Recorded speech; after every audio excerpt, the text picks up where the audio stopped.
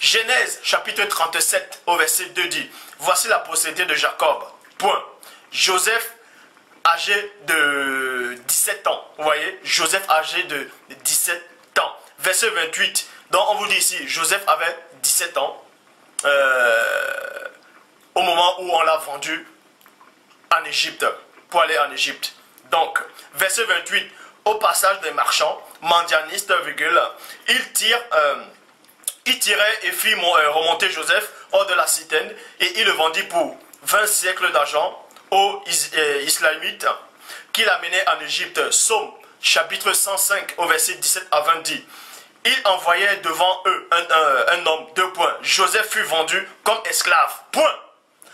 On serra ses pieds dans les liens et le mit au fer jusqu'au temps où arriva ce qui avait été annoncé et où la parole de l'Éternel éprouva et le roi fit ôter ses liens, le dominateur des peuples le délivra. Donc on vous apprend ici que Joseph est allé en Égypte, il avait 17 ans. Vous voyez, c'est quand il avait 17 ans, selon la Bible, il allait en Égypte.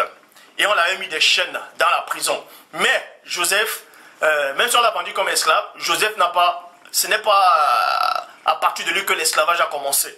Parce que dans Genèse chapitre 15 verset 13 dit, l'Éternel, non, dans Genèse 39, vous voyez, dans Genèse chapitre 39 verset 21 dit, l'Éternel fut avec Joseph et il étendit sur lui sa bonté et le mit en faveur aux yeux des chefs de la prison. Donc Joseph n'a pas subi l'esclavage.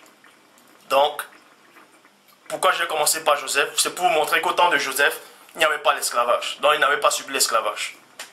Actes des Apôtres chapitre 7 verset 9 à 10 dit, les patriarches jaloux de Joseph le vendirent pour être amené en Égypte. Point.